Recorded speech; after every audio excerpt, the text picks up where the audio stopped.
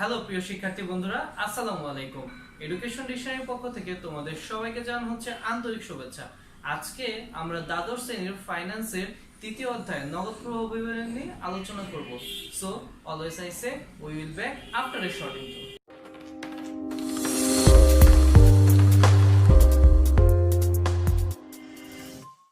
শিক্ষার্থী বন্ধুরা, আজ আমরা দ্বাদশ শ্রেণীর নগদ প্রবাহ বিবরণী নিয়ে আলোচনা করব।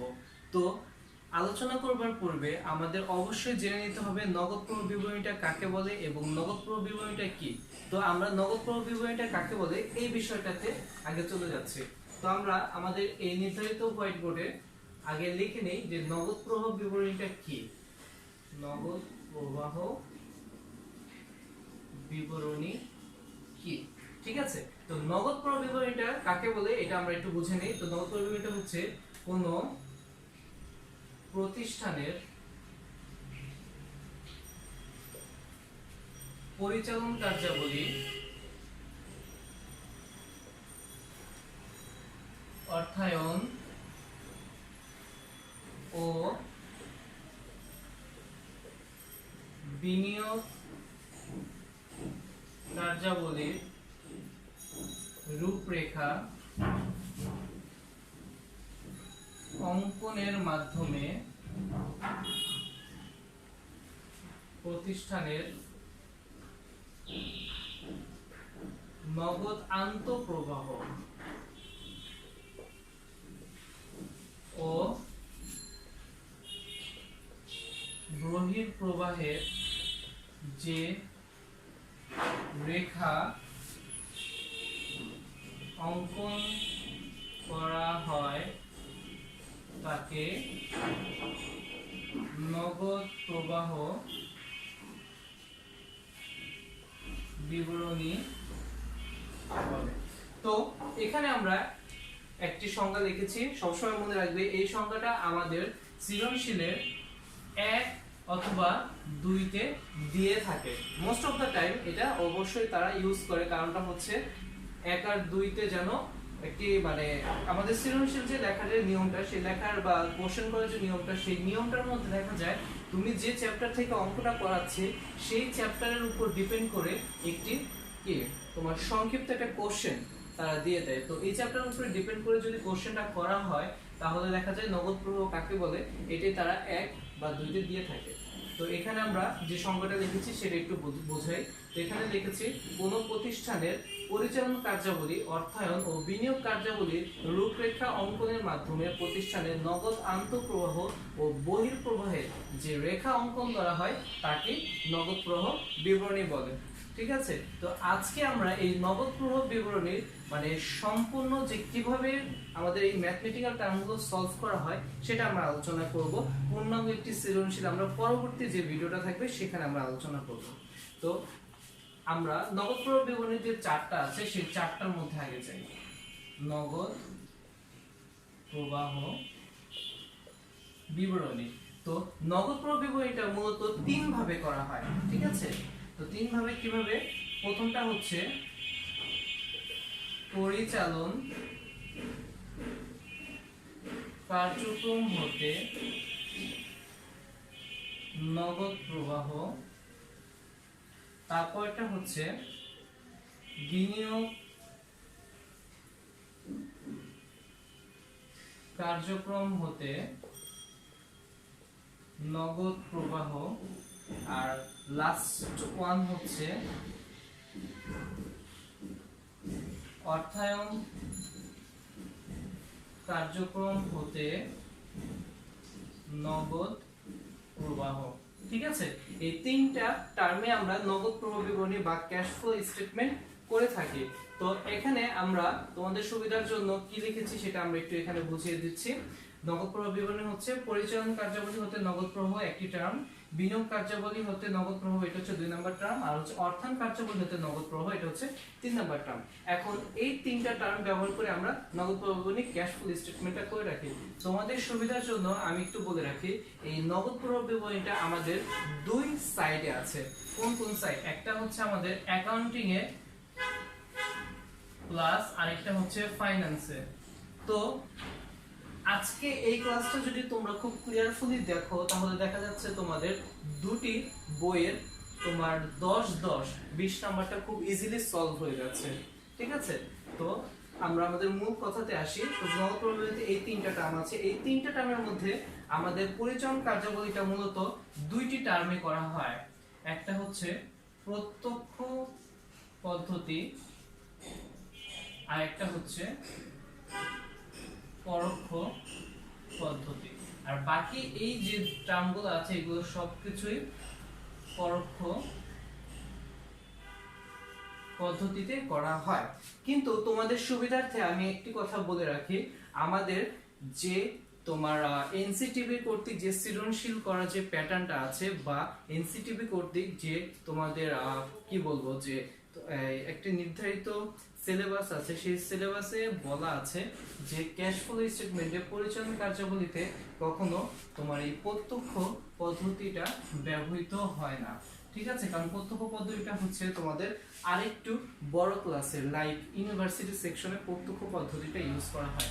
কিন্তু তোমার 2016 সালে আমি একটি বই ঘাটাঘাটি করে দেখেছিলাম, জাস্ট ওই একটাই 2016 সালে একটি কলেজে এই প্রত্যক্ষ পদ্ধতিটা তারা ইউজ করেছিল, কিন্তু বোর্ড কর্তৃক প্রত্যক্ষ পদ্ধতিটা তারা ব্যবহার করে না। সো এতটুকু তোমরা শিওর হয়ে থাকো যে প্রত্যক্ষ পদ্ধতিটা আমাদের পরীক্ষায় আসবে না। সো আমরা সবকিছুই পরোক্ষ পদ্ধতিতে করব। ঠিক আছে, তো এখন পরিচালন কার্যাবলী, বিনিয়োগ কার্যাবলী এবং অর্থায়ন কার্যাবলীতে কিভাবে আমরা কাজগুলো করি সেটা আমরা একটু দেখি। ঠিক আছে, এখন পরিচালন কার্যাবলীতে আমাদের কি কি ব্যবহৃত হয় এতটুকু তোমরা খুব সুন্দর মতো জেনে রাখো। পরিচালন, ঠিক আছে, এখানে আমি লিখি অর্থায়ন, ঠিক আছে, আর এখানে লিখি আমি বিনিয়োগ। যেহেতু আমি আগে বলেছি আজকের ক্লাসটা মূলত হচ্ছে এই চ্যাপ্টারটা নিয়ে আলোচনা, সো আজকে এতটুকু আমরা আলোচনা করে যাব। পূর্ণাঙ্গ ম্যাথমেটিক্যালটা আমরা পরবর্তী ভিডিওতে আপলোড করব। ঠিক আছে, তো এখন পরিচালন কার্যাবলীটা আমরা কিভাবে তৈরি করব, কি থাকে পরিচালন কার্যাবলীতে। পরিচালন কার্যাবলীতে সব সময় আমাদের মানে সৃজনশীল অঙ্কে নিট লাভটা তারা দিয়ে দেয়, ঠিক আছে, প্লাস অবচয়টা তারা দিয়ে দেয়। তারপর যদি তোমাদের অবচয়টা না দেওয়া থাকে, আমরা কি জানি, আমরা অবচয় কিন্তু একটা সূত্র জানি। তো সূত্রটা তোমরা একটু দেখো, অবচয়ের সূত্র সেটা হচ্ছে তোমার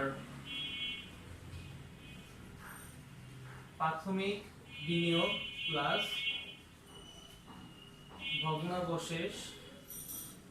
ভগ্নাবশেষ মূল্য ডিভাইডেড বাই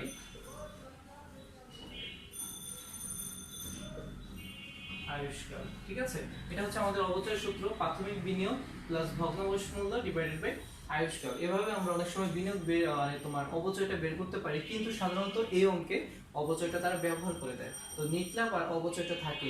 এখন আর কি ব্যবহৃত হবে, এখন ব্যবহৃত হবে আমাদের পরিচালন কার্যাবলীতে চলতি সম্পদ হ্রাস প্লাস বৃদ্ধি আর চলতি দায় হ্রাস প্লাস বৃদ্ধি, স্থায়ী সম্পদের বিক্রয় জনিত লাভ বা ক্ষতি। ঠিক আছে, এগুলো হচ্ছে আমাদের পরিচালন কার্যাবলীতে আসে। নিট লাভ প্লাস অবচয়, চলতি সম্পদের হ্রাস বৃদ্ধি, চলতি দায়ের হ্রাস প্লাস বৃদ্ধি, স্থায়ী সম্পদের বিক্রয় প্লাস তোমার নিট লাভ বা ক্ষতি, এগুলো হচ্ছে আমাদের পরিচালন কার্যাবলীতে। তো বিনিয়োগ কার্যাবলীতে সাধারণত কি আসে, সাধারণত না সব সময় আসে, সেটা হচ্ছে পূর্ণাঙ্গ স্থায়ী সম্পদের ক্রয় প্লাস বিক্রয়। ঠিক আছে, এগুলো হচ্ছে আমাদের বিনিয়োগ কার্যাবলীতে আসে। আর যদি আমরা অর্থায়ন কার্যাবলীতে বলি, অর্থায়ন কার্যাবলীতে আমাদের আসে অর্থের সাথে রিলেটেড, যেগুলো অর্থের সাথে ব্যবহৃত, যেমন তোমার এখানে বলতে পারো লভ্যাংশ, তারপর বলতে পারো বন্ড। ঠিক আছে, এগুলো হচ্ছে আমাদের অর্থায়ন কার্যাবলীতে ব্যবহৃত হয়। এখন আমাদের যেহেতু পরিচালন কার্যাবলীতে এই যে টপিকসটা আমরা দেখেছি, চলতি সম্পদের হ্রাস প্লাস বৃদ্ধি, চলতি দায় হ্রাস প্লাস বৃদ্ধি, এগুলো আমরা কিভাবে ব্যবহৃত করি। তো এভাবে কিভাবে ব্যবহৃত করি সেটা হচ্ছে আমাদের একটা জিনিস মনে রাখবে, যদি আমার চলতি সম্পদ, দেখো এদিকে বোর্ডটা এই সাইডে, চলতি সম্পদ যদি তোমার বৃদ্ধি পায়, এজন্য আমি প্লাস দিলাম, চলতি সম্পদ যদি আমাদের বৃদ্ধি পায় তাহলে আমাদের হবে হচ্ছে মাইনাস ফিগার, ঠিক আছে। আর চলতি দায় যদি বৃদ্ধি পায়, ঠিক আছে, তাহলে কি হবে প্লাস।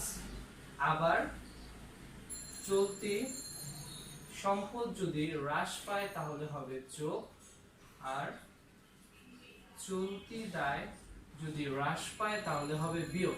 এখন কথা হচ্ছে তোমাদের ভিতরে এই কোশ্চেনটা থাকতে পারে যে এত মানে ডিপ একটা ক্যালকুলেশন আমরা কিভাবে মনে রাখবো। তো এটা মনে রাখার বিষয়টা হচ্ছে, দেখো একটা জিনিস বোঝাই, আমাদের অঙ্কটা হচ্ছে নগদ প্রবাহ বিবরণী থেকে নেওয়া। তো নগদ প্রবাহ বিবরণীতে অবশ্যই টাকার একটি বিষয় থাকবে। তো আমরা কি জানি, আমরা জানি যে আমরা যদি কোনো কিছু ক্রয় করি তাহলে আলটিমেটলি কি আমাদের কি যে হাতে যে টাকাটা আছে সেই টাকাটা কি খরচ হয়ে যায়, তখন কি আমাদের টাকাটা হাতে থাকে, থাকে না। তখন এটা আমাদের কি প্রতিষ্ঠান যে মনিহারি থাকে বা মনিহারি দ্রব্য দিয়ে কিনলে সেখানকার যে বিক্রয় কর্মী থাকে তার কাছে টাকাটা চলে যায়, ঠিক আছে। সো এখানে তোমরা একটুখানি বুঝে নাও যে চলতি সম্পদ হচ্ছে সাপোজ দেনাদার। তো দেনাদারের পরিমাণ যদি ধরো আমি হচ্ছে, যেহেতু আমরা মানে অ্যাকাউন্টিং যখন আমরা করি তখন আমরা এই কথাটা বলে নিই যে যতগুলো আমরা ক্যালকুলেশন করব সবকিছু ক্যালকুলেশনগুলো আমাদের নিজেদের। তো এখানে আমরা ঠিক একই কথাই বলছি যে আমাদের যেহেতু ক্যালকুলেশনটা করছি চলতি সম্পদ লাইক দেনাদার, তো দেনাদার কখন সৃষ্টি হয়, যে ধারে পণ্য বিক্রি করলে দেনাদার সৃষ্টি হয়। তো তুমি যখন একজনকে তোমার কোনো পণ্য, বিক্রিত পণ্য ধারে দিয়েছো, তখন কি সে তোমাকে বলেছে যে টাকাটা পরবর্তীতে তোমাকে দিয়ে যাবে। তো টাকাটা যখন পরবর্তীতে তোমাকে দিয়ে যাবে তখন তোমার টাকাটা বৃদ্ধি পাবে, তোমার প্রতিষ্ঠানের মূলধনের পরিমাণ বৃদ্ধি পাবে। এখন তার বৃদ্ধি পাচ্ছে না, তো তখন তুমি তার জন্য কি দেনাদার, আর দেনাদার লাইক চলতি সম্পদ। তো চলতি সম্পদটা কি তখন বৃদ্ধি পেয়ে আছে, তো বৃদ্ধি পেলে কি হয়, আমাদের টাকাটা কি বাড়ে না। এর জন্য আমরা কি বলেছি, চলতি সম্পদ বৃদ্ধি পেলে বিয়োগ। আর চলতি সম্পদ যদি হ্রাস পায় মানে আমাকে যদি টাকাটা দিয়ে দেয় তখন আমি কে দেনাদারটা তখন কমে যায়, আর হচ্ছে প্রতিষ্ঠানের মূলধনগুলো বৃদ্ধি পায়। এগুলো হচ্ছে সম্পূর্ণটাই আমাদের মূলধনের সাথে রিলেটেড, ঠিক আছে। এই যে যোগ বিয়োগ এগুলো হচ্ছে। আর চলতি দায় আর চলতি সম্পদ একদম ইজিলি সেটা হচ্ছে চলতি সম্পদ বৃদ্ধি পেলে যোগ, চলতি সম্পদ হ্রাস পেলে বিয়োগ, ঠিক আছে।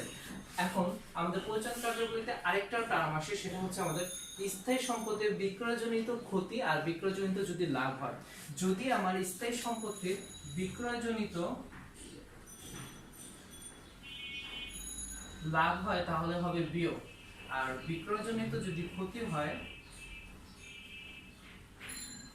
তাহলে হবে যোগ। তো এই যে বিষয়টা আছে, এই যে টার্মটা আছে, এটা দেখা যাচ্ছে তোমাদের আমরা যখন এই চ্যাপ্টারের উপরে একটি ম্যাথমেটিক্যালের পূর্ণাঙ্গ ক্লাস নেব তখন এই দুটো টার্ম তোমরা খুব ক্লিয়ারফুলি জানতে পারবে, ঠিক আছে। যে আমাদের স্থায়ী সম্পদ বিক্রি করে দিয়েছে, সেখান থেকে লাভ হয়েছে, তাহলে আমার প্রতিষ্ঠান টাকা বৃদ্ধি পেয়েছে, তাহলে এটা কেন বিয়োগ হচ্ছে, এটা আমরা পরবর্তী যে সৃজনশীল ক্লাসটা নেব পূর্ণাঙ্গ একটি ম্যাথ থাকবে, সেখানে তোমরা খুব ইজিলি জানতে পারবে।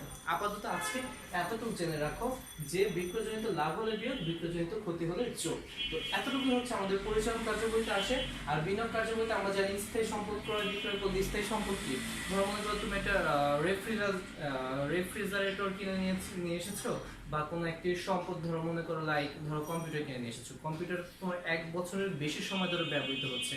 তো এর জন্য কি তুমি টাকাটা কি ব্যয় করে দিয়েছো, এবং 1 বছরের বেশি হলে মূলধন জাতীয় ব্যয় হয় সেটা আমরা জানি। তো দেখা যাচ্ছে আমাদের কি প্রতিষ্ঠানের কি তোমার খরচ বৃদ্ধি পেয়েছে, ক্রয় করেছো, সম্পদ বেড়েছে, বাট ক্রয়ের জন্য আমাদের টাকা কমেছে। আমাদের এখানে তো মূলত টাকারই বিষয়টা থাকে নগদ প্রবিমতে, তার জন্য আমরা যদি কিনে আনো তাহলে টাকা চলে যায়, এর জন্য বিয়োগ। আর হচ্ছে বিক্রয় যদি করো তাহলে আমাদের টাকা আসে, তার জন্য হচ্ছে যোগ।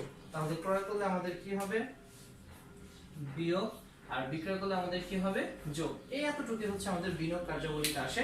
আর অর্থায়ন কার্যাবলীতে মূলত কি আসে, আমাদের বলেছিলাম লভ্যাংশ আর বন্ড। যদি লভ্যাংশটা তুমি ইস্যু করে থাকো, সবকিছুই তোমাদের সৃজনশীলে বলে দেওয়া থাকবে, সো এখানে কোনো ভয় পাওয়ার কিছু নেই। তো লভ্যাংশটা যদি লেখা থাকে পরিশোধ তাহলে হবে বিয়োগ, লভ্যাংশটা যদি বলে প্রাপ্তি তাহলে হবে যোগ, বন্ড যদি বলে পরিশোধ তাহলে হবে বিয়োগ, বন্ড যদি বলে প্রাপ্তি তাহলে হবে যোগ। খুব ইজিলি খুব ক্লিয়ারফুলি এই অঙ্কগুলো করা যায়, অতটা কোনো কোশ্চেন অতটা কোনো সংশয় থাকে না, একদম ইজিলি একটা টার্ম 10টা নাম্বার খুব ইজি ক্যারি করা যায়। ঠিক আছে। তো আজকে আমরা এই নগদ পর্ব বিবরণীর ঠিক এই পূর্ণাঙ্গ কিভাবে করতে হয় সেই বিষয়টা আমরা এই তোমার সারসংক্ষেপ যেটাকে বোঝায় সারসংক্ষেপ আলোচনা করলাম। এই সারসংক্ষেপ নিয়ে আমাদের পূর্ণাঙ্গ যে ভিডিওটা থাকবে, পূর্ণাঙ্গ যে ম্যাথ থাকবে, সেই ম্যাথের ক্লাসটা তোমরা অবশ্যই দেখবে। অবশ্যই যদি তোমরা ক্লাসটা দেখো, আমি আবার বলছি আমাদের অ্যাকাউন্টিং এবং ফাইন্যান্সের দুটি বইতে এই চ্যাপ্টারটা খুব ইজিলি ভাবে দেওয়া আছে। দুইটি বই থেকে যদি তোমরা সৃজনশীলটা অ্যানসার করতে পারো, তোমাদেরকে 10-10-20টা নাম্বার খুব ইজিলি তোমরা ক্যারি করতে পারবে। ঠিক আছে, তো আজ আমরা এতটুকু ভেতরেই থাকি। ঠিক আছে, এই এতটুকু ক্লাস তোমরা খুব ভালো মতো ক্লিয়ার করে দেখবে। যদি এই টুকের মধ্যে কোনো রকম কোনো কোশ্চেন থাকে, অবশ্যই আমাদের কমেন্ট সেকশনে জানাবে, আমরা তোমাদের প্রতিটি কোশ্চেনের উত্তর দেব। ঠিক আছে, তো আজকে এই পর্যন্তই। সো শিক্ষার্থী বন্ধুরা, always I say stay home, stay safe.